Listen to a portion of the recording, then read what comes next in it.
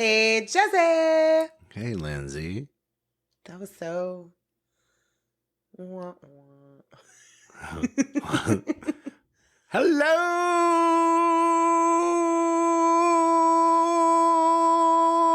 Lindsay.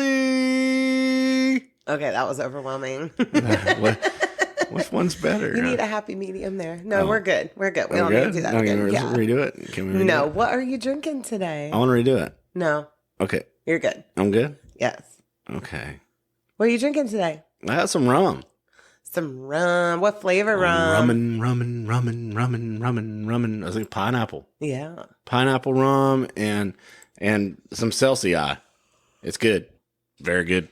What are you drinking over there, Lindsay? I am, so Vista Bay, once again. Vista Bay. But they had the punch flavor. And I'm drinking a berry punch Vista Bay hard seltzer. It's very good. Yes. 100 calories. It's very good. 2 grams of carb. You should try it. It's very good. It's very good. It's crisp. So what are we drinking about today, Lindsay? So we're going to continue on our 2-part series with part 2 about Paul Bernardo and Carla Homolka. So this is 2 parts and then this is part 2. Yeah. Parts and wreck. We're wrecking the parts. Well, I just wrapped up Parts and Rec for like the 10th time, and now I'm on to The Office again. That's my... oh, yeah, we did. Yeah. See, now she puts that shit on, and I'm like halfway that's going to sleep She's shit. like, let me put on Parks and Rec. It's nap time, and our bedtime. Well, because the shows that we watch together at night, you need a palate cleanser after, because we've watched Yellowstone, 1883, 1923... Now we're on The Last of Us. Oh, and then The Handmaid's Tale. Handmaid's Tale. You need palate cleansers after all that shit, The man. Last of Us has really got us fucking fired like up. Each It is episode. so We're only on horrific. episode 5, and every episode is like a mini movie. And They it's a are build up. so well. Each one is like its own different build up. Yes. Hell, even Ron Swanson was in one of I them. loved it. That's been my favorite episode so far. Yeah. Because the one we watched... What's his real name? Nick Offerman. Nick Offerman. Yes, Don't love him. off over me. Who is married to another favorite star of mine, who's making an appearance in The Righteous Gemstones this season. That we've been watching too. Megan Mullally. And we had a little segment there today with ourselves that Oh my nobody God. else knew. We listened to a lot of the songs. All the songs. If you're watching Righteous Gemstones, you know that we were jamming to Don't Go Misbehaving. Yeah. There will come a payday. Yeah. And Uncle Baby Billy's Bible Bunkers. Or is it just Baby Billy's Bible Bunkers? Yeah. All of it. I don't know. Listen, when I first started watching that and they called him Uncle Baby, I just fell the fuck out. I don't know why. Uncle Baby. Anybody in the Bible Belt felt that. Yes. You know, it's... Anybody that grew up in a mega church or any kind of church, really. Yeah. Or if you had that family that watched and worshipped all the shit on TV. All the televangelists. Yeah. Righteous Gemstones is the show for you because it is hilarious. Yeah. And it is clowning on all that shit. And you know some shit like that really does go on. Oh, it does. Yeah. Absolutely. Yeah.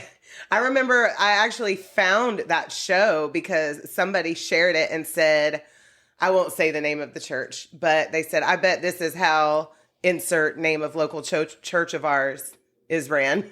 Oh, did we talk about them one time? No. We didn't talk about this church. We talked about the meat But we did ministry. talk about a cult around us one time, yes. And they want us to come. There was this woman that has a house, and she's like, I got the table that they all used to sit at and talk. You should do a podcast on the table, like a part 2. And I love it. Yes. But I don't know. Yeah, we don't know. There might be some bad energy at that table. We might have to bring some sage with us. That's why I don't really want to go about the table, man. But she's a listener, right? Yes. So thank you for that, and thank you for checking us out. Thank you for sharing that with us, though. And we do want to hang out. But like, I do. I actually, I think you should get rid of that table. The table Burn that probably bitch. needs some saging. Yes. Something. Sage it or burn it. Just engulf it in flames. Burn it in sage. Yeah.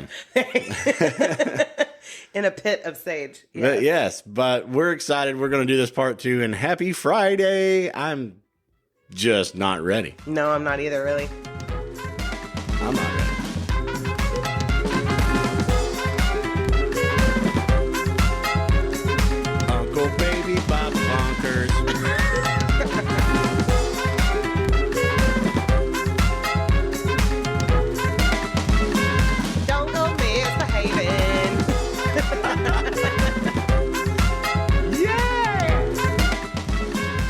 we just ate the biggest pizza that you can find. Oh my God, I'm so full and uncomfortable. And I am so stuffed right now. Yeah. But, hey, you got to do it every once in a while, right? Yeah. It's really good. It's New York style pizza. So anybody listening, go to Pizza Boy. Yeah, I'm going to have to sleep with eye patches under my eyes so I don't wake up with swollen eyes. I'm going to have to eat 2 more heartburn pills. Probably. Thank you, Pizza Boy. And we also have to go to the store and get more Prilosec. Now, this episode will air after Easter is over, but it is Easter weekend, and we're celebrating Easter by wearing our Steel Magnolia shirts. We just watched Steel Magnolias. That is our Easter movie. We should take a picture of our shirts. Yeah, we put should. It up there. We should. But we're bloated right now, so we'll wait. We'll wait. We'll do it after we're done talking. Our tummies are protruding. Yeah. No, Easter really makes me think of Steel Magnolias, and that's because it begins and ends at Easter time. That was a big grab for Lindsay as far as being attracted to me whenever I was like, I like Steel Magnolias. And you're like, holy shit, I like this man. We watch it twice a year. Yeah. You thought you were like, okay, he just gained 5 cool points. Oh, yeah. When I said that. I don't even like Steel Magnolias. I just said that so I can get with you. Boy, you better hush because the way you cry over that shit, the way. No, for real, I've loved Steel. Tell us what if you are a young person listening and do not know what we're talking about, please go watch Steel Magnolias. It's on Max right now. I think it's on Max pretty much every time we've watched it in the last few years. It's on Max. But it is an amazing, amazing movie. It's got some great actors in it. As an older dude, I came across Steel Magnolias on my own. Mm-hmm. Is that doodly of me? Or is that just cool points for chicks? Matter. I don't know. I don't know what it is. Don't put a stigma on anything. If you like Steel Magnolias, you like it. It's whatever. It's I like chick flicks. You do. And that's cool. Is that cool? Yeah, it's really great for me because I get to watch them. And I like your hair and your clothes a lot too. Yes, you do. You want to wear them. I do. Well, maybe He's like, I love your pants. I want them. Maybe I'm revealing too much over here, huh? He wants to wear my fishnet. I think it's cool points. I'm just well-rounded in that way. I've always enjoyed more female friends than male friends because I can just talk shit about stuff, and I don't know, like the whole feng shui that women have, Mm-hmm. So I don't know. Hey, I think we're all just a little gay, so it's whatever. So you just said that I'm a little gay? I think everybody is. I think everybody's got a little gay in them, and that's okay. It's wonderful. And if you deny it, you're stupid. I'm just kidding. I love you. But I just really do think that I'm not attracted to men anymore. That doesn't, you know what I mean? You want to wear my clothes. So. I did point out that this dude had some cake when we were in St. Augustine. Yeah, he did. It wasn't a lie. Yeah. He had cake. But I'm trying to wrap my head around this. But you dropped the bomb on me. No, you dropped the bomb on me here. Oh my God. Let's get back to the show. Okay, so if you're new here, what we do is we have a drink and we talk about true crime. And at the end of the episode, we plug a band that we're digging and that we think you should listen to as well and appreciate what they're putting out into the world.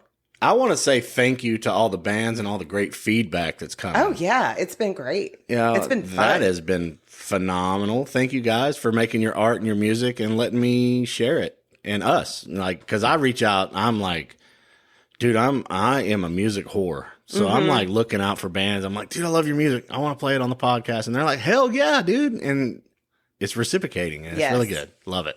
Thank you. So one question before we get started, Jesse. What made you feel old? You hit me with this every single week, and I dread it, The reason why I dread it so much, Lindsay, is because I have to pull something up every single week. That you weren't really paying attention to, and now you're paying attention to it? Well, it's you try to disassociate what the hell's really going on in your elderness, and I don't want to hang on to it. But this week, I had to get on to somebody at my work this week. Mm-hmm. And stepping into that position kind of made me feel old. It's like, I guess I'm the older figure, the leadership figure that I didn't think I would ever get to and had to take on that responsibility. It kind of made me feel old. Does that make sense? Oh, yeah. Like in a workplace. I go through that all the time at my job. Yeah. Being in a workplace for so long. And then you're just like, well, it's not. And I tried to make it to where it's like, I'm not really getting onto you. But at the same time, you kind of need a little adjustment, type thing. Because we don't lose employees, especially this economy and this market for people that actually work as employees. You get onto them too much, they're just like, deuces, man. Bye. Yeah.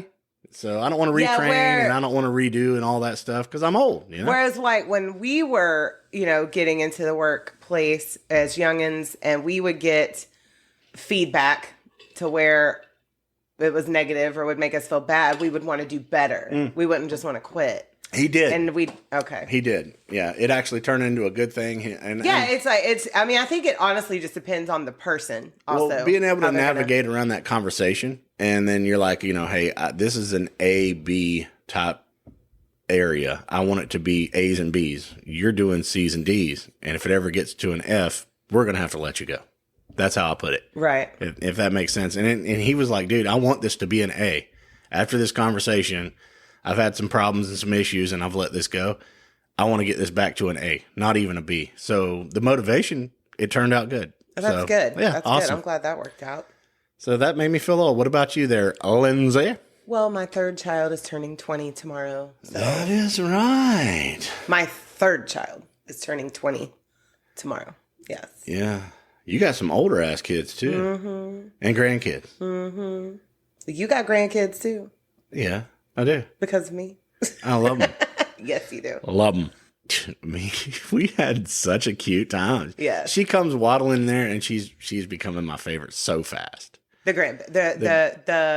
She is number 3. Yeah, of the she come waddling in there late at night. Lindsay's over there asleep with her mouth open. And the whole thing, like I started conversating and I started saying, yeah, that's G-Maw Weezer. Yeah, he's trying to make me a Weezer Boudreaux from Still Magnolias, if you don't know what we're talking about. With Easter coming up, I was just like, it was already in my heart. And I was like, we're going to watch some Still Magnolias. So I started associating G-Maw with Weezer. Yeah, I'm going to slap you for that. To our granddaughter. That was fun. I didn't do it too much, though. I didn't try to get her to slap her or nothing. No, it was just a couple of cute little plugs there. For that. Yeah, it was mainly a couple. It was like 15 this morning. Okay, it might have been 15. Grandma Weezer said that. I'm like, shut up. Not that our grandbaby has any idea who Weezer is. He's all like, oh, hell, Weezer. Yeah.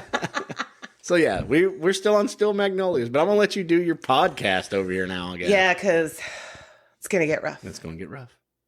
All right, so last week we talked about the background of Paul and Carla. Paul's sadistic sexual behavior and fantasies, Paul being the Scarborough rapist, and Carla giving up her sister's virginity to Paul on video and fatally overdosing Tammy with a mixture of alcohol, halcyon, and halothane. While Tammy had been passed out on the lethal cocktail, Paul had raped her vaginally and anally. Carla also violated her as well, making Paul's sick fantasy come true. The family is at home with Paul and Carla, and they get the call from the hospital that Tammy is dead on arrival. Now, Paul, whether it was theatrical or genuine, is crying, banging his head, pulling his hair, and screaming, why? Just doing the whole thing. And it could have been genuine, and I'll get into that a little more later.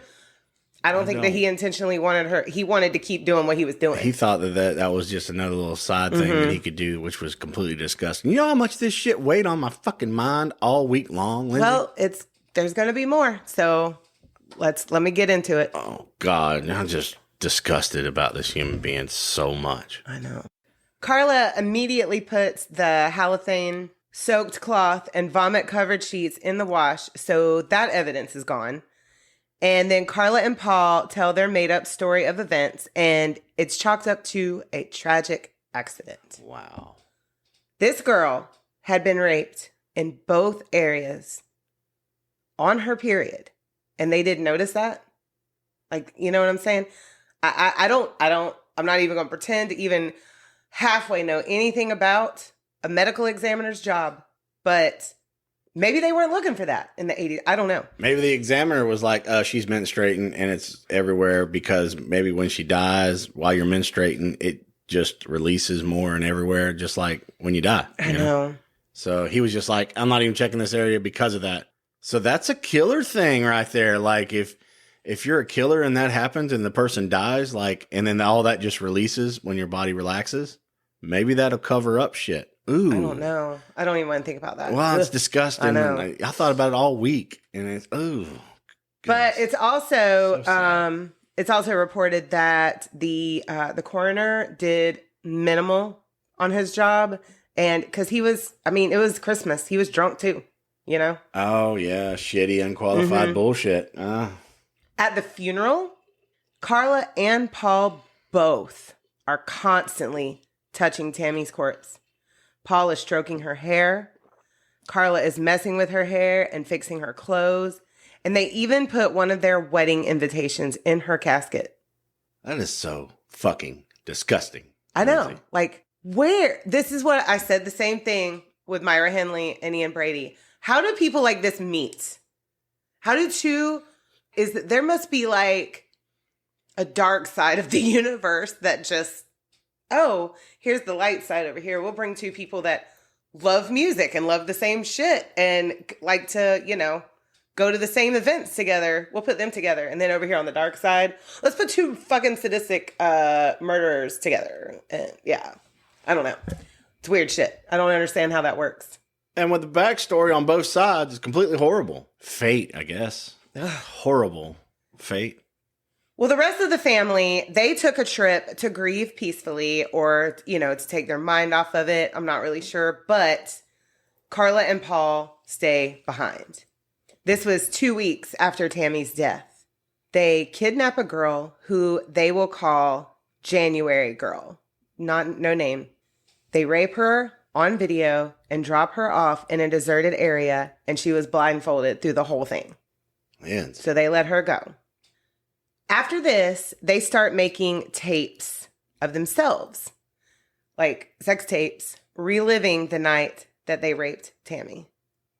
Carla would dress in her clothes. She would talk in her voice. And on one video called The Fireside Chat, this one's really famous, Carla, being sexual, actually expresses how much that she loved that Paul raped Tammy and the others. And that 13 would be the best age for future girls. What? And she wanted him to rape 50 more. What? Yeah, I'm very disgusted and uncomfortable even saying that. Yeah. Well, think about how much bullshit that he did before all of this, like at the bus stations and all that in the previous podcast. These are fucking horrible. And now he's got her. Like, they're ready to hop on and do all this shit together.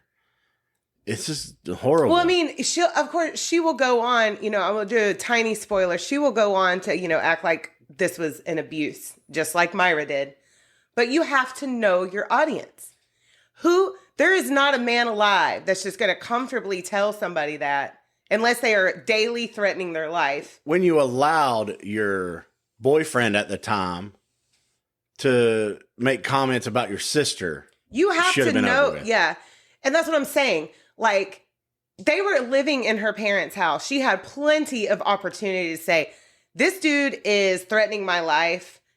If I don't give up Tammy or if I don't participate in this shit that I don't want to participate in, if she didn't really want to participate. When you broke your sister's blind so he could look through it. Right. That's when you are fully That's when you're invested. Liable. Yeah. You're responsible for everything from then on. Right. Honestly. Garbage, man. God. Paul eventually wanted to have sex slaves and expressed to a friend that he wanted a virgin farm. Yeah. And you can look more into that and there's more to that, but I can't even say the words out of my mouth. So just know that he wanted a virgin farm and he wanted to do other horrible things. But when the family returns, they no longer want Paul in the house. So he and Carla get a place of their own I've heard two different pronunciations for this. I believe it's spelled Port Dalhousie, but it's pronounced Port Dalhousie. I've looked it up several times, and most of the pronunciations is Dalhousie. So, Port Dalhousie. And they are still planning their wedding, which is just a few months away. And they are actually upset that so much was spent on Tammy's funeral and now wedding money was limited. Any normal person would have rescheduled their wedding for at least another year. At least another year. You're not giving me any feedback. I put pauses in here for you to give me feedback. I can't give you feedback right now. I'm completely just horribly disgusted on what they're trying to build. The whole magistry that they think is something enjoyable for them. I can't wrap my head around it. I know. If that makes sense. So I'm sorry I'm being quiet right now. I'm over here kind of looking away. I'm like, she's literally saying that this actually fucking existed. Yes. And still does in different places, and different people have this shit in their heads. And so I'm over here kind of looking away right now. Sorry, Lindsay. Sorry, I'm not just like happy-go-lucky fucking skipper. I'm not trying for you to be happy-go-lucky. Happy fucking rainbows and unicorns over here. I cannot be, but fuck. It's not cute. It's not. No, it's not. Well, I just figured you would give me something on. I don't want to just keep plugging into this. I'm over here just waiting for it to get over with. It's kind of like knowing that you have to have an ass whipping 10 times and you're just like, let me just not think about the other 9. All right. And then here you come again with another fucking lick. And then I got 8 more. So I'm still trying to, and then there's 7. And then you're like, ain't you going to say anything? I'm like, no, I got 6 more to go. And then you're like, oh, here, there, now you got 5, but still, ain't you going to say anything? I'm like, no, I'm not. I'm just not. Lindsay. All right. Go ahead, keep flipping it, but I'm sorry. You got me over here. Well, Paul, I'm so fucking dumb. To help with wedding costs. Son of a bitch. He amps up his cigarette smuggling to like 3 runs a day. He's going back and forth across Canada, the border. The United States, yeah. He was making $15,000 a month doing this. And in the 80s, that would be like, what, $45,000? Yeah, he's got to be moving truckloads. Spending power? Yeah. So it was said that he would put the cigarettes in his door paneling. Yeah. And they also wanted to use the wedding. And this, I never even thought about this. And I'm guessing that people do think about this because it is an opportunity to make money. But they were hoping to make a shit ton of money from their wedding. So they had like 150 guests invited, and they were hoping to make at least $100 a person. And they were looking forward to all the gifts and gratuities and best wishes. Yeah, because all they asked for on like a registry is for a dustbuster, china, crystal, and money. Like that money was the main thing that they wanted. Well, Paul spent more time on his music, because he wanted to be the next big white rapper. His fucking rap music. And I'm sorry, Paul Bernardo, but that title was waiting for Marshall Mathers to come along, okay? Yeah. And he's still holding it, okay? I don't think anybody's going to break his record. No. There'll be a LeBron James to the Michael Jordan on that deal, but it's... I don't know, man. Not going to happen for a while. They've tried so already, but... Yeah, but remember mumble rap? Like, how in the hell do you That was over quickly, thank God. And just rap period, like... Eminem, he's going to show back up in 20 more years and still shut him down. And still probably look just like he does right now. Yeah. Still look 20 years from now. Well, he's 70. It's insane, right? So, Carla, she decides she wants to get Paul a wedding gift. And it's an old coworker from Number One Pet Center who is known as Jane Doe. She was 15, and Jane looked a lot like Tammy. Jane was invited over on June 7th to watch the movie Ghost.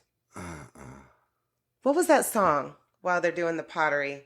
Unchained Melodies. Yes, by the Righteous Brothers, not Elvis. Yes. It is the epitome of all the music that I love. Yes, my darling. Anyways, so they've ruined Ghost for us, okay? They drugged Jane Doe. Because she is unnamed. She was a minor.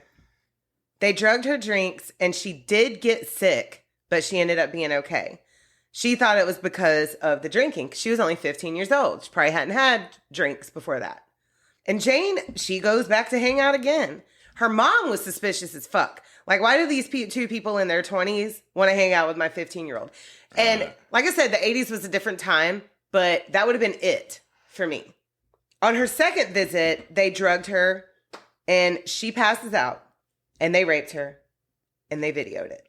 About a week later, this is when it's going to start getting real bad. You ready? No. Buckle your seatbelt. Well, I mean, I've been over here just trying to not listen because it's that bad. But you have to listen. You signed up for this. I do, but About a week later, Paul was out stealing license plates in the Burlington area and spotted a 14-year-old girl named Leslie Mahaffey. Leslie had been kind of a problem child, and her parents had put her on a curfew. She was only 14. Like, damn. Of course, I hope she had a curfew. But if she missed the curfew, they would lock her out of the house. What? Parents, if you're listening, don't do this. Let your kids back in. Deal with it the next day. Punish them. But do not lock your kids out. Find a different way. Yeah. Especially a girl. Oh my God. I don't think anybody's doing that these days, but. Well, because if they want to act up, if they want to be misbehaving again, they'll just be like, I'm not even going home because I know that they're going to lock me out. So they'll even misbehave even more. Mm-hmm. So, yeah. So earlier that day, she had been at the wake for a friend who had passed away in a car accident. And there was actually 6 kids in this accident, and they all died from it. It was a big deal. Yeah. After the wake, her and her friends went to the woods to drink and console each other. It got late, and she had a friend walk her home, but she had missed curfew and had been locked out. She goes, I guess, down the road a little bit to a payphone to call a friend to see if she could stay there. But the friend's sister was sick and she didn't want to wake her parents up. So that's when Paul Bernardo showed up and offered her a cigarette. Oh. To Leslie, shit. Paul was a normal looking dude with, a decent car. He dressed preppy. He had the whole Vanilla Ice hair going on. And he offered her a ride. As soon as she got in the car, Paul pulled a knife on her and covered her face with a sweater. I wonder if it was the same sweater that he lost his mind over from his ex-girlfriend. Yeah, he was doing the donuts, yeah. And we sung part of the Weezer song, too, yeah. Like, who gets mad over a sweater? God damn. So Paul takes Leslie to the house that he and Carla now share at 3 a.m. And he immediately begins assaulting Leslie while recording. But Carla, she went back to bed. Really? Yeah. Just that atone to it. How do you do that? All right, yeah, go ahead. It's like I imagine Carla just being like, putting her little pink sleeping mask back on and then went back to bed. Ugh. And when she woke back up later, she was mad that Paul had used some of the new champagne glasses that they had gotten as a wedding present. Like an early wedding present. They hadn't got married yet, but you know how sometimes she'll get shipped before the wedding? Yeah.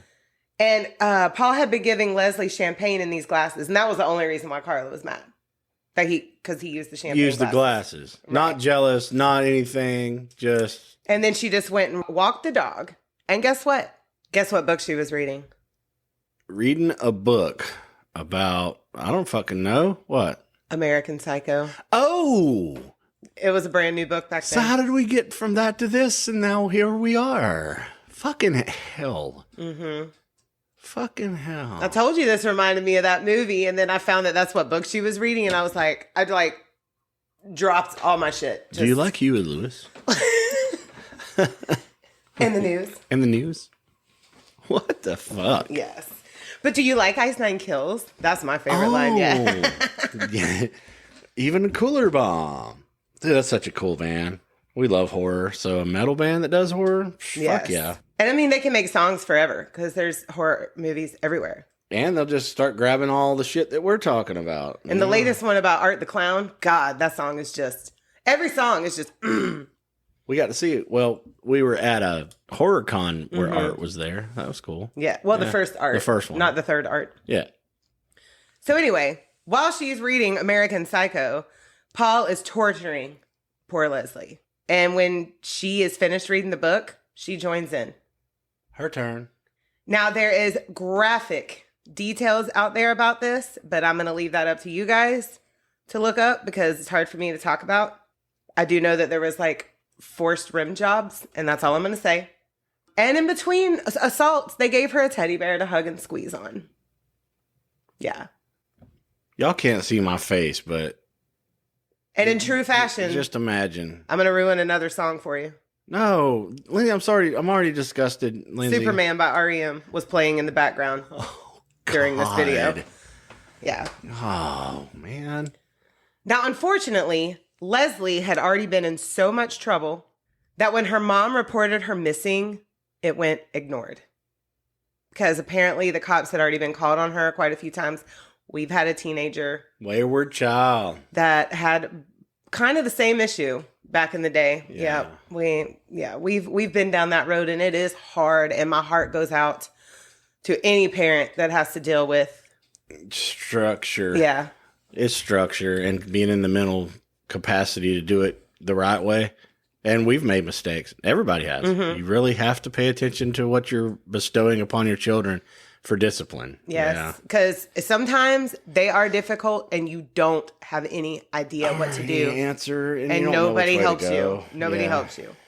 Goodness. So after about 36 hours of having Leslie in their possession, they decide that they have to kill her. God, Lindsay. They give her 2 sleeping pills, and after she passed out, this is where it gets real. Paul strangled her with an electric cord. They put her body in the basement, and then that evening, Carla's family came over, and they hosted a Father's Day dinner. Jesse's at a loss for words. I'm still over here quiet. I'm sorry. She keeps looking at me for some shit. I don't know how to jump on this train over here right now. Now, it's said that there was certain food items that Carla and Paul would keep in the basement, like potatoes and stuff. I guess it was like a second pantry. And Carla's mom kept trying to go down to the basement to gather supplies for whatever they were cooking. And Carla had to keep stopping her. Oh, shit. I wasn't thinking about that, was I? I wish her mom had went down there. The story could have ended. I was hoping it had ended after Christmas, which was horrible enough. So later on, when the family left, Paul gets several bags of concrete mix, which he kept the receipt for. And he told the people at the store he was building a deck so they could give him an estimate of how much he needed. Right. And they set up tarps for easy cleanup. Paul uses a circular saw to dismember Leslie's body into 10 pieces. Carla then washes each body part and puts them in plastic bags. They dispose of the tarps at her work in the biohazard bin, and they set the body parts into 8 blocks of cement. Wow. Now, this job didn't take all the mix that he purchased, so he returned the remaining bags and berated the fucking clerk for overestimating how much he would need. The nerve of this fucker, man. They're insane. So they load up all the concrete pieces. I don't know how. This guy drove a Nissan 240 SX, and they load up 8 blocks of cement. All in one? I'm guessing. One trip? I'm guessing it was one trip. I don't really know because, it had to have been. Because they go to Lake Gibson and pick a spot to dump the body. They have sex. So Paul didn't realize how heavy this job was going to be. So they had actually dropped and cracked one of the blocks containing the torso, carrying it up from the basement, and fluids began to leak out. Ooh. So he wrapped it in garbage bags and put it in the car. When they get to the lake, they have trouble dumping the piece containing the torso because this piece alone weighed 200 pounds. Yeah, okay. So small bag of concrete, 60 pounds. Okay. Bigger bag of concrete, 90 pounds. Right. They probably had the bigger bags of concrete. Okay. So this is this big. I'm holding up my hands and showing Lindsay. Mm-hmm. This is the 90-pound one. It's this wide and only that deep.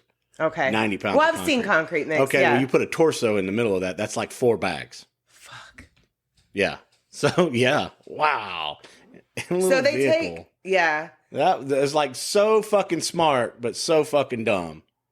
You know? Oh, it gets real dumb. Yeah, here we go. So they take the concrete block containing the torso to a different spot as the rest of the body parts, and they dump it from a bridge.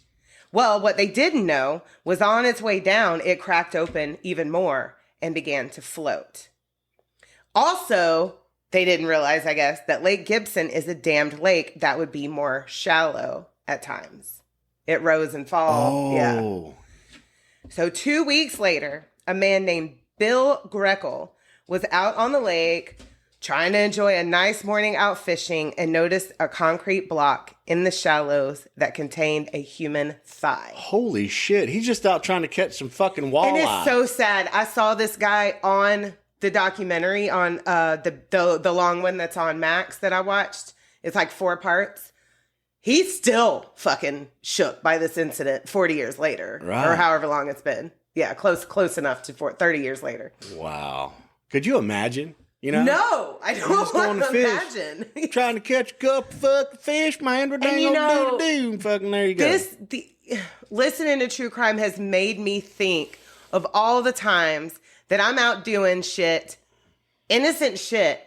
Hey, Lindsay, how many dead bodies have you walked by and not noticed? Do you know that anytime I see a trash bag on the side of the road, I think tripping. I'm tripping every time. And I have been ever since. I hope somebody reach out to me and help me find this movie.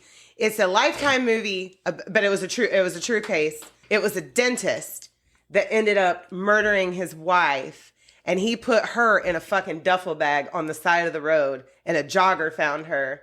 I can't find that movie anywhere. I've put the description into AI, into Meta, whatever, I cannot find it. Well, that's what I'm trying to do. It's with Valerie Bertinelli. Well, I'm trying to bestow upon you. Maybe it'll pop up now that I'm speaking about it. How many murder crimes and scenes and dead people have you walked by? That way that can weigh on your head just like you're putting this on me. Okay. Getting you back. Trying to. Well, anyway, so Bill Greckle, he finds the piece that contained one of the thighs, and he immediately calls the police. And by the end of the day, all body parts will be found. And the next day, the torso piece was found by another fisherman. Wow. Another poor, just innocent guy trying to go catch some early morning fish. That out. No. Meanwhile, at the very same time, on the very same day that Leslie's body is found, Carla and Paul are getting married. Oh, how beautiful. On video, of course, it's recorded. Everyone looks happy, and it's your typical gaudy ass early 90s wedding. We just watched that on Still Magnolias. The Aquanet Fest. So much gaudy. All the Aquanet. Puff sleeves, the Aquanet. Hairspray. Everything. The hair. Oh my God, the wave in the front. What was that called? The pantyhose. Nobody wears fucking pantyhose. What was the wave in anymore. the front the chicks had in the 90s? It was called the wave. Was it? Yeah. I'm guessing. I don't know. If they drove Jeeps, maybe that's how the Jeep wave came. Tease things is what I remember doing. Yeah. Like we would curl it, tease it, spray it into a wave, spray like half a can. You had to buy 3 cans a week. And you drove a Jeep, so it was a Jeep wave. I didn't drive a Jeep. I'm just trying to. Dumbass little kid. This is not even a good joke. My joke is so corny right now. So corny, yes. So the guests actually would later say that everything seemed kind of forced because let's not forget, only 6 months prior, Carla's little sister had died by what they thought was a tragic accident. Well, to everyone but the bride and grooms, they knew. Yeah. Carla and Paul knew what happened to Tammy. Yeah. And this horrible couple went on a honeymoon to Maui where they would rape another woman who is also not named. Oh, they had to jump onto that shit, too. I'm surprised they didn't get caught over there because they were like, we're just going to go over here on a whim. We got to get one in over here because we're addicted now, right? This is our thing. We can't wait to do this, baby. We're going to go and do this. Shut up. Don't say that word. That is disgusting. But that's what they said in context. Yes. You know? That's where my head... I gotta have a sip before I can keep reading. That's where my head fucking gets around it. I'm literally saying what they were saying and how they looked at each other. And you know, that's when you sit and think about conversations between people that do shit like this, it's horrifying. I can't That's where my mind goes. Yeah. It's the deep thought and the conversation. Yeah, because there had to be deep thought and conversation. And emotions behind everything is, to them, is genuine. Like they think that this is really right, that they can keep doing this. It's a good thing. Well, when they get home from the honeymoon, they found out that Leslie's body had been discovered. But this didn't slow them down. They continued to make sex tapes. Carla is still role-playing as Tammy and other victims. And they were wanting to kidnap another girl, but this time they wanted to make her their sex slave. They returned to Jane Doe and still had her come over. And on one occasion, they almost killed her. 911 was called, but Jane started breathing again. They called 911 and said, well, never mind, all good here. And the ambulance was called back without any further investigation. All right, we're good here. I mean, she was done, but she's okay now. That would not happen now. Right? That would not happen now. Well, we're still going to come and check vital signs they did not, and such. Yeah. Now, like when you accidentally called 911 from your phone, they came and looked all through our house at what time was it? 4 a.m.? Yeah. Well, yeah. I mean, I'd picked my phone up to cut the alarm off, but the day before that, I'd seen something that I needed to call. Yeah. And so when I turned my alarm off, I actually called the police. Yeah. Oh, that's right. That's what happened. So I met them at the door on my way out for work, and everybody's still asleep at 4:30 in the morning. I'm like, y'all, come on in. I don't care. Come on in. We're nothing to hide here.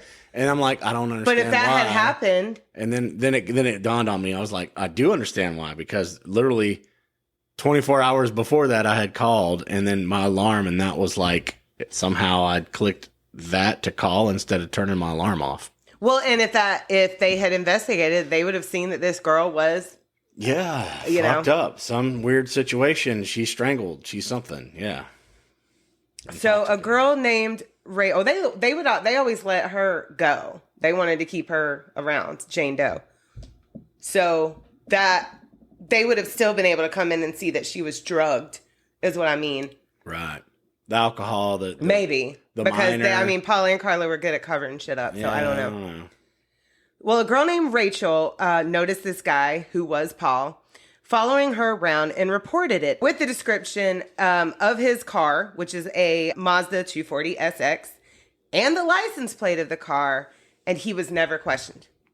In fact, there was another composite sketch drawn when investigators asked who was around when Leslie disappeared. And again, it looked just like Paul, and he wasn't questioned. So that's like, if you include all the rapings and everything that he did at the bus stations and all the other that was in a different area, and the guy that was investigating I'm trying to gather up all the failed attempts of bad fucking evidence that nobody folled through on. That's what I'm going to say. The guy that was investigating that, I told you, but I didn't tell our audience. His name was Steve Irwin.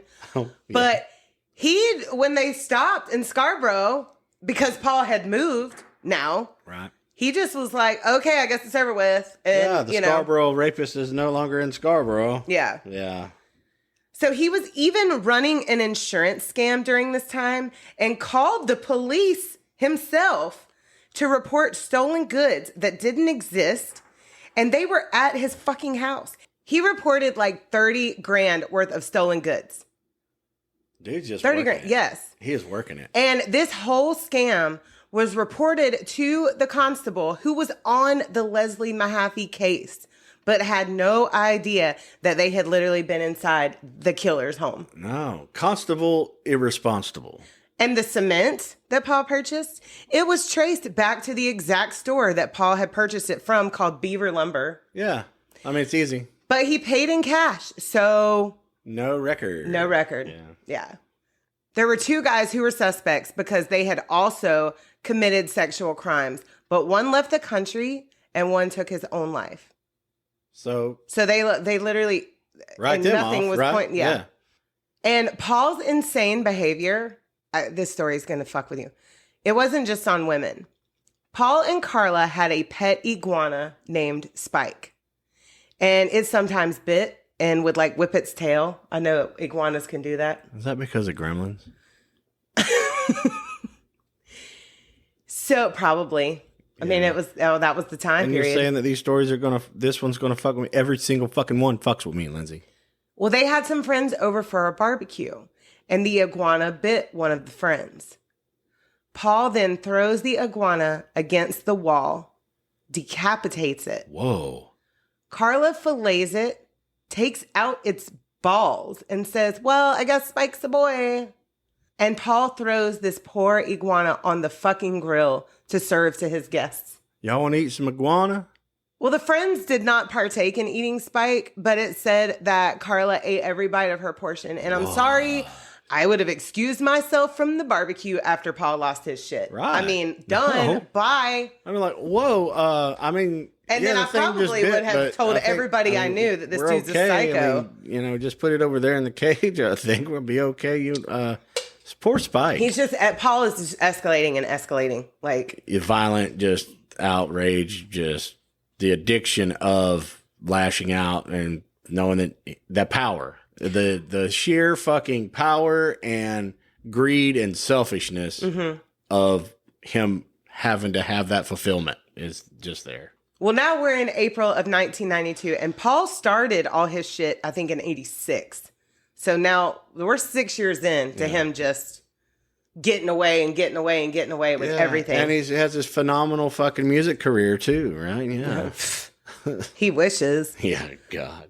So Paul and Carla are on the prowl for the sex slave that they wanted. And Paul had stalked many different women, and it was noticed and reported. But again, nothing was done.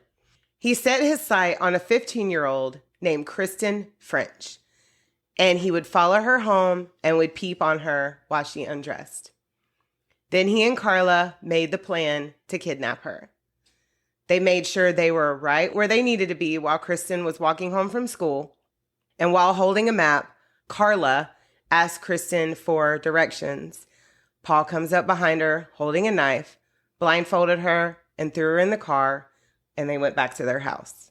They put on Ice-T's Original Gangster, made Kristen drink screwdrivers, and then began to rape and torture her. And it would go on for 3 days. What the fuck, Lindsay? Now, when Kristen didn't show up at home on time, police were called immediately because she was responsible, punctual. So news of her disappearance was on TV quickly. And her family is begging for her return. I mean, I've seen the clips from that. Oh, God, it's heart-wrenching. Police actually ended up finding her shoe and a piece of the map that Carla was holding on her route home. So they think that she was like smart and like left clues, you know.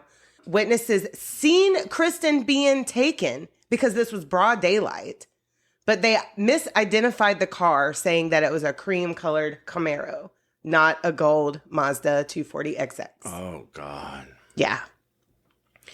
So meanwhile, at the House of Horrors, not only is rape and torture happening, but Paul is also forcing Kristen to listen to his rap.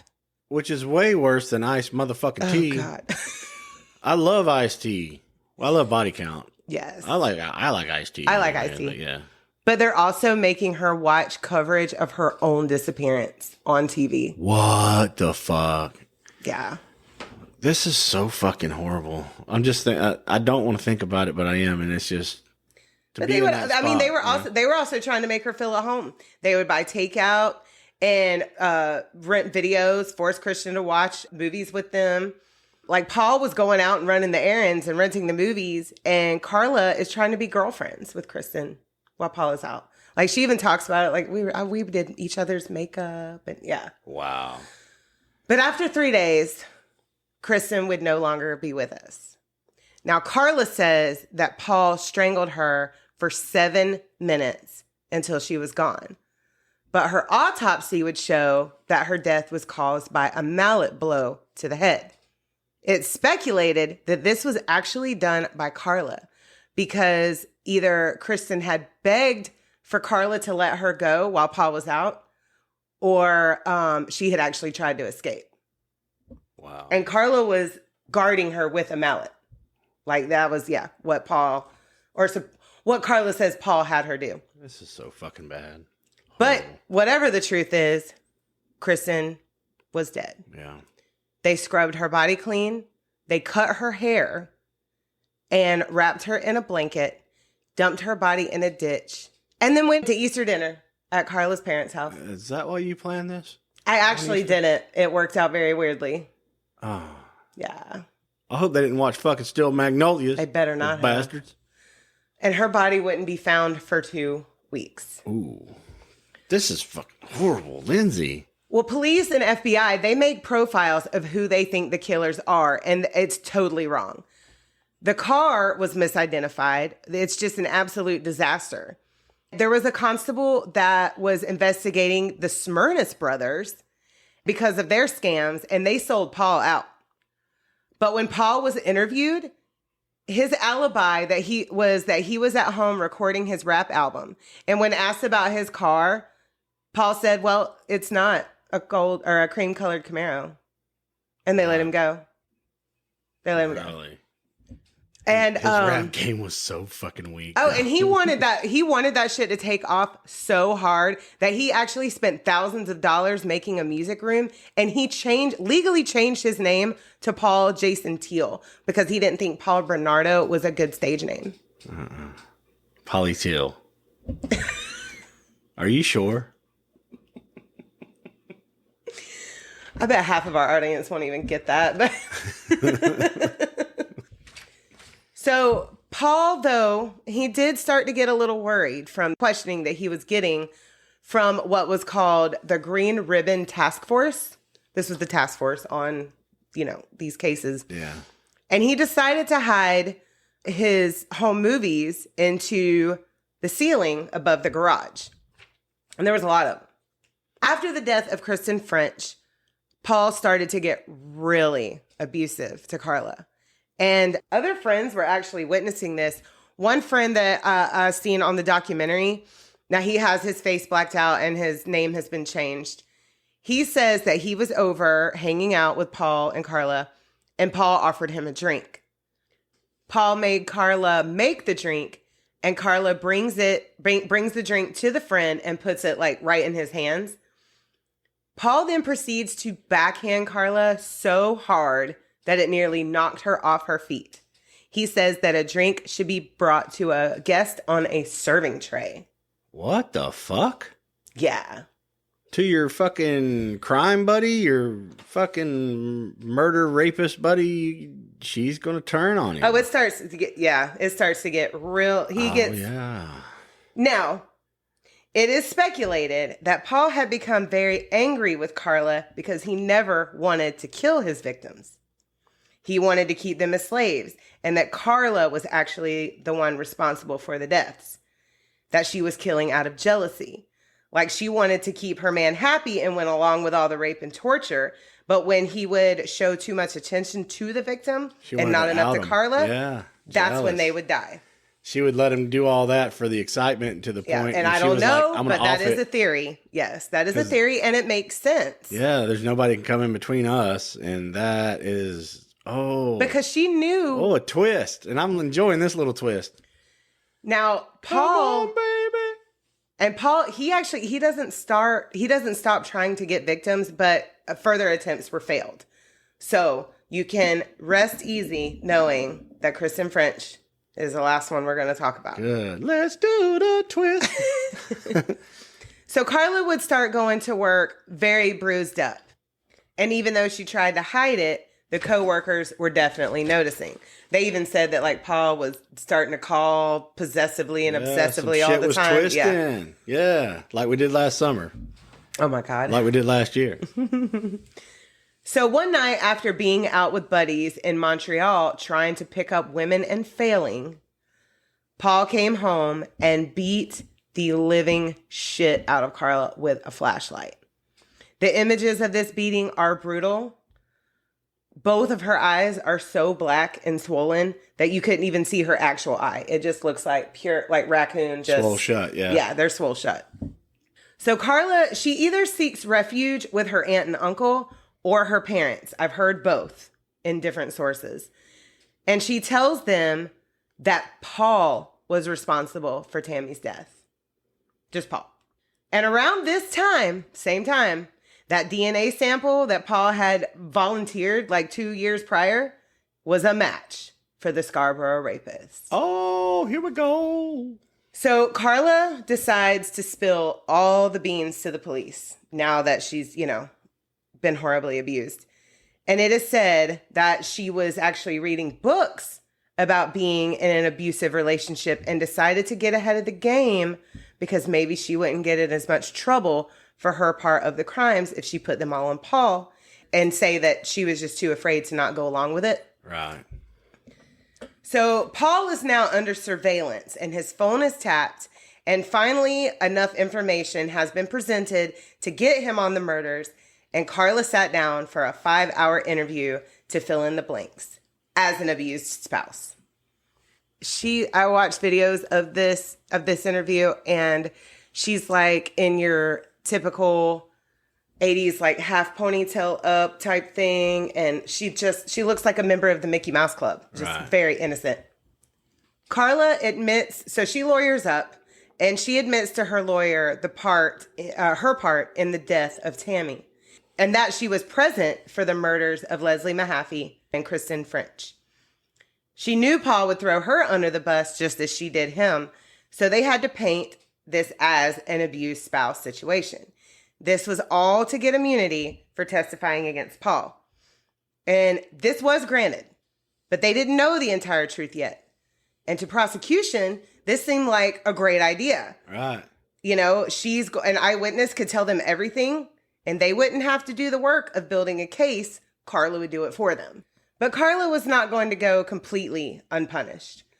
Because while searching the House of Horrors, some of the videotapes were discovered, and they showed Carla's absolute participation. Yeah. She was relaxed. Forgot about that, didn't you? Yeah. Yeah. Well, no, she didn't forget. She actually told him that there was, but she thought that she could convince them that she was all under an abused situation, that she was being made to do that. Yeah, but too many opportunities to get away. And with other people there, you could have teamed up with them and got away. I mean. Well, investigators are horrified from watching these videotapes. In fact, one woman, she's on the documentary, she was so traumatized that she can't even hear the word tape without being triggered. Triggered by tape. Just by the word tape. Wow. Yeah. But the deal had been made, which is now described as the deal with the devil. Before her trial, Carla writes her family a letter, and this is what it says. Dear Mom, Dad, and Lori, this is the hardest letter I've ever had to write, and you'll probably hate me once you read it. I've kept this inside myself for so long, and I just can't lie to you anymore. Both Paul and I are responsible for Tammy's death. Paul was, quote, in love, unquote, with her and wanted to have sex with her. He wanted me to help him. He wanted me to get sleeping pills from work to drug her with. He threatened me and physically and emotionally abused me when I refused.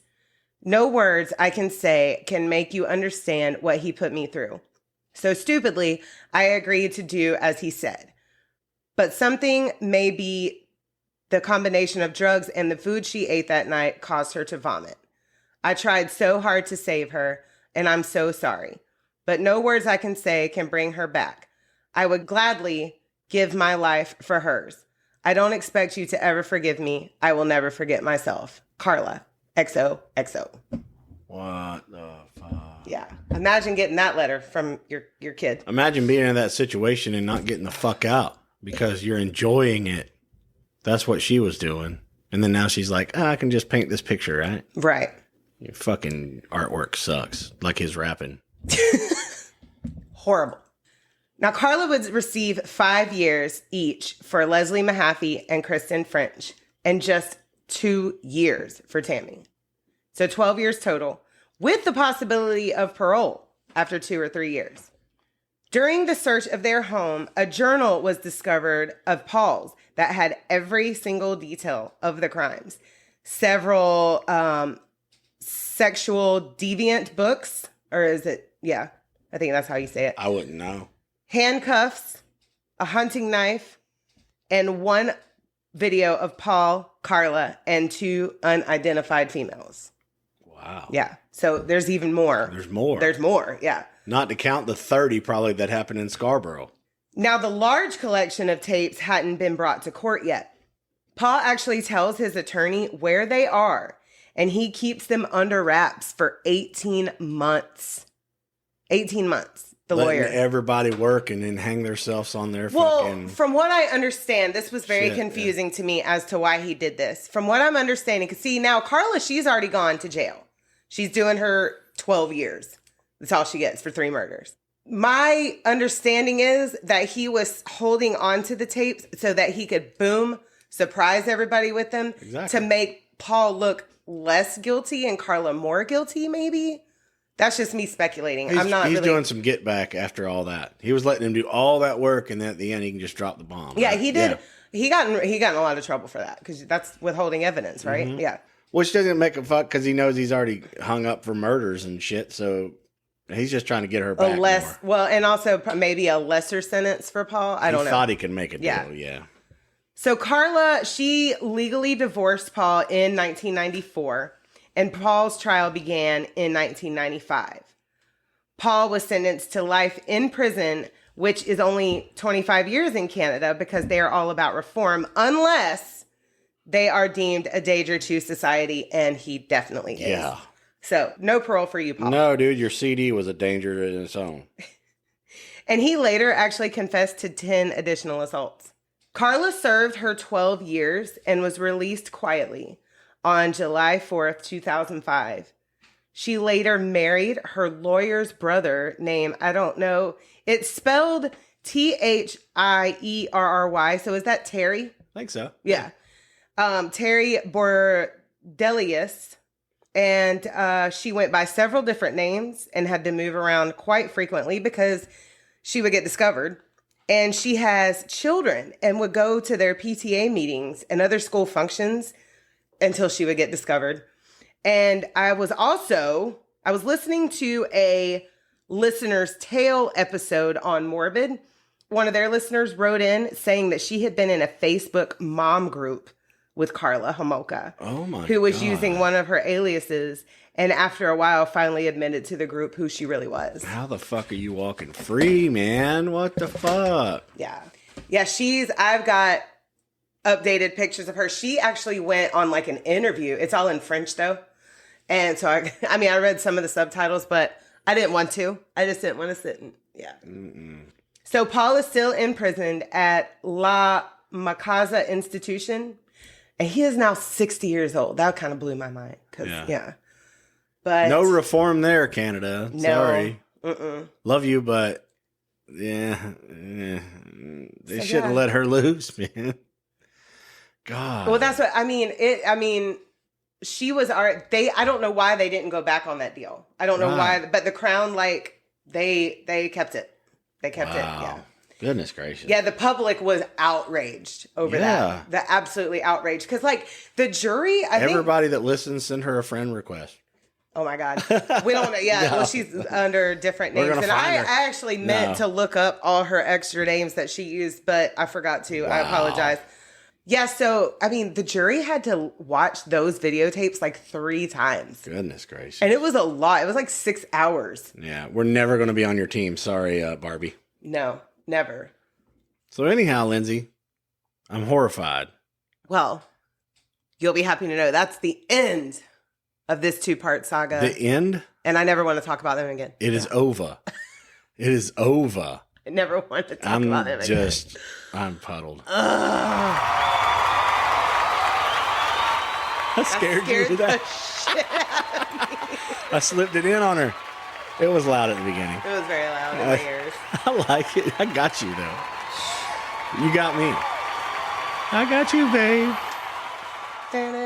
You did a great job, though. Horribly great. I know. I want to play some music. Can I do that? What band are we plugging today? I want to talk about this underground phenomenon that's been going on for a long time in L.A.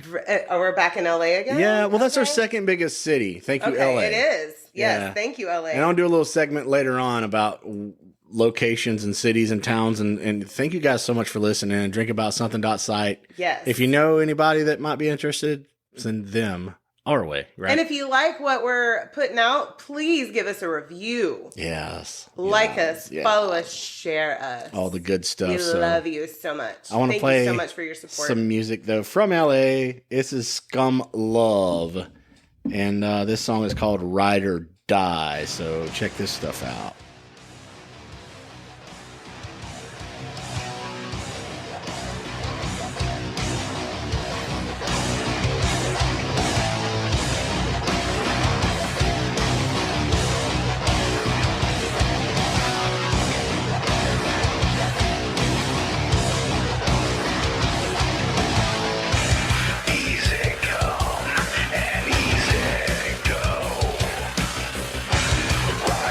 Die.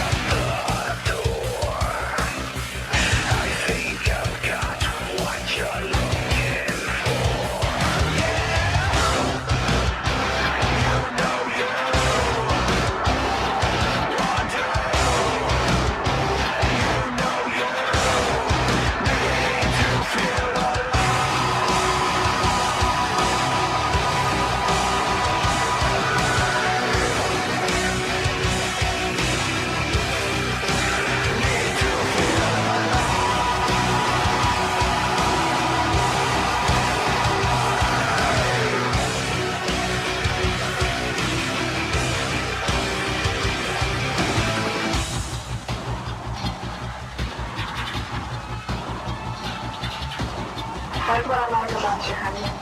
You know what you got, how to get it.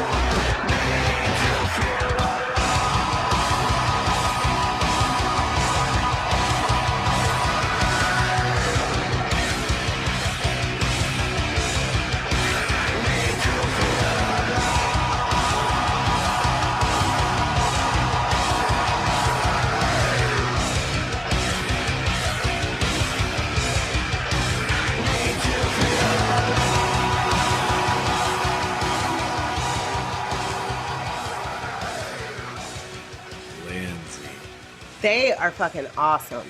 I'm grooving over here. So their bio says that they are a post-dark rock band. Yeah. And I like that sound. It reminds me of like a mixture of Rob Zombie and Breaking Benjamin together. Yeah. A little bit.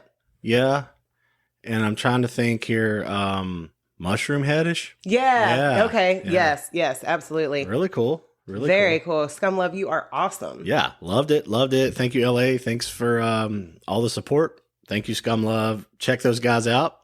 You know, they do some stuff. Other than that, Lindsay, that's all I have. Thank you for puddling me. Well, you said you wanted to shout out. We've got a huge following in the United States. Yeah. Canada, United Kingdom, Turkey, Russian Federation. Yeah. Germany, Ireland, Czechia. It's CZECHIA. Yeah, thank you. Thank you. Yeah. Mexico and Australia. Yeah. Doing some stats here. Yeah, checking stuff out. Thank you guys so much. Biggest cities are Los Angeles, California, Jacksonville, Florida, Lake City, Florida. That's where we're from. We're third in our own town. Yes. Y'all got to tune in. Atlanta, Georgia, Flint, Michigan, Miami, Florida, Orlando, Florida, Istanbul. Yeah. Isn't that crazy? Istanbul? Yeah. That is awesome. Awesome. New Orleans. Love you, New Orleans. Love we are going to be you. visiting you again soon. Yes. I have missed you. We need more time in New Orleans. Dallas, Texas, Pensacola, Florida, Gainesville, Florida, Holiday, Florida, Baton Rouge, Louisiana. Hello, Baton Rouge. We need to pay Baton Rouge a visit. We need to do that. Yeah. Waxhaw, North Carolina, Phoenix, Arizona, Cromer, Norfolk. Yeah. And Troy, Michigan. Thank you all so much for listening to us. Those are the top ones. And, we love you. Love the stats. Love the feedback. And let us know what you think about these bands. What do you think about all of her shit over here, Lindsay, dumping it on me? Mm-hmm. I've got one more couples case next week, and then we're going to move on to something else. Move on. Yes. But yeah, other than that, thank you guys. Check us out. Share the love, and we'll see you guys. Share the love. Next Friday. Yes. And y'all have a great weekend. Have a great Easter, and hope you had a great Easter. Yes, hope you had a great Easter. Yeah. We'll see you guys then. Bye.